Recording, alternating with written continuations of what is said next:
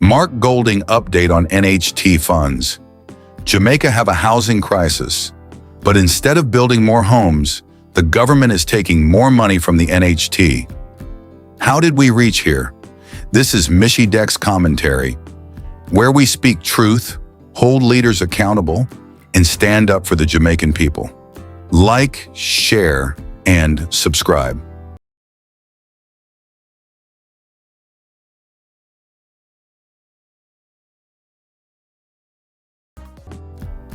Opposition leader Mark Golding is raising serious concerns about the government's continued extraction of funds from the National Housing Trust.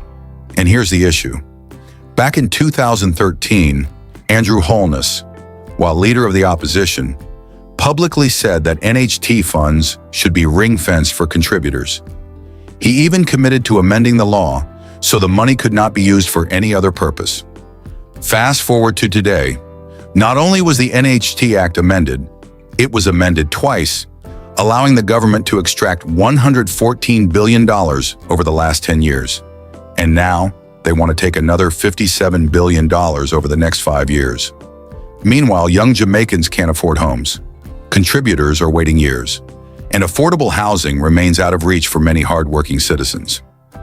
Mark Golding says this is not just disappointing, it is shameful. He argues that Jamaica is facing two crises at once, a housing crisis and a crisis of accountability and transparency. Greetings. Today, I want to talk a bit more about the National Housing Trust. I did a video a couple of weeks ago celebrating the fact that this year is the 50th anniversary of the National Housing Trust, an institution started in 1976 by then Prime Minister Michael Manley, and that institution which has had a transformational impact on the housing situation in Jamaica over the years since then. Now, in 2013, when the PNP government had just come into office, we faced a situation where the debt of the country was completely out of control. We had inherited that from Bruce Golding, his regime, who had entered into an IMF agreement. You remember they had to abandon it. They weren't performing any of the commitments under it. And we had to bring things back under control and get the debt down. And we got advice, independent professional financial advice that said that if we did this for 4 years, it wouldn't impact adversely the NHT's performance of its mandate. And the decision was taken to help to get Jamaica back on its feet at a critical time by this 4-year commitment. And the law was amended to allow that. At the time, Andrew Holness spoke against it.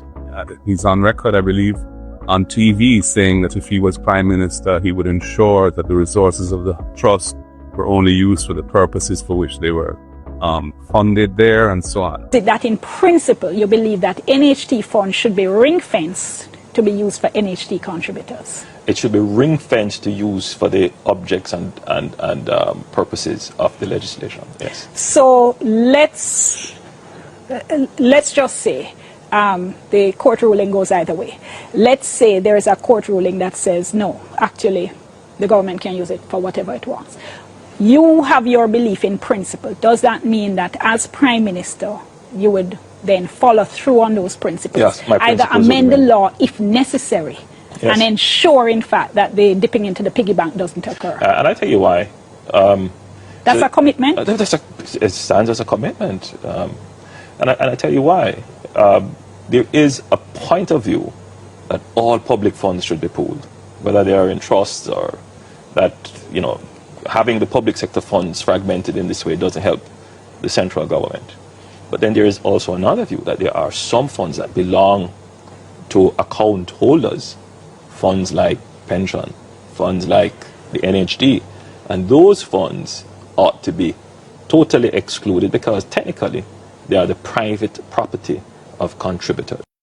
Well, since then, 10 years, the government has each year taken another $11.4 billion out of the National Housing Trust. They passed amendments to the NHT Act twice to allow them to do that. So you can imagine how disappointing it is to hear yesterday when they tabled the revenue measures that they plan to extend that for a further 5 years, take $11.4 billion a year out of the National Housing Trust for 5 more years. That's $57 billion on top of the $114 billion that they've already taken out of the NHT over the last 10 years. Now I have to ask you, doesn't Jamaica have a critical problem with affordable housing?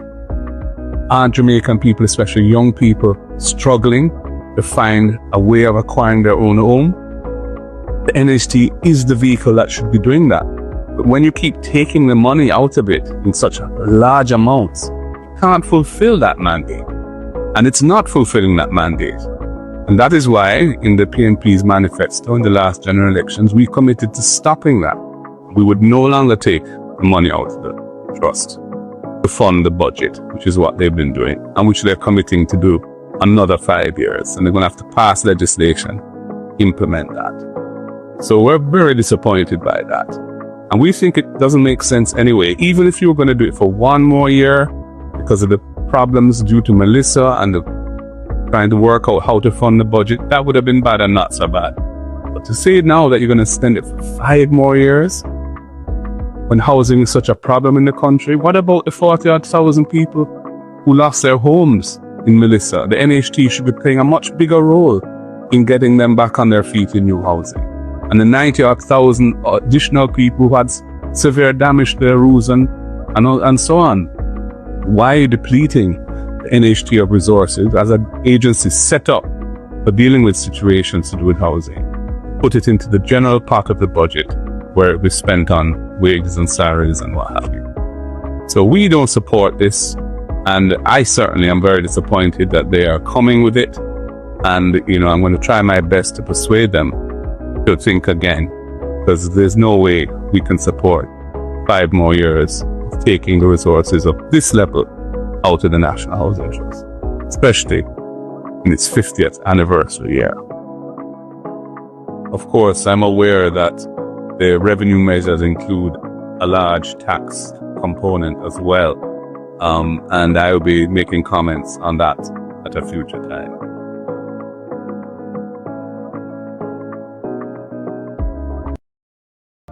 The opposition says they will not support this latest request and are calling for a more people-centric approach, one that protects contributors and prioritizes affordable housing.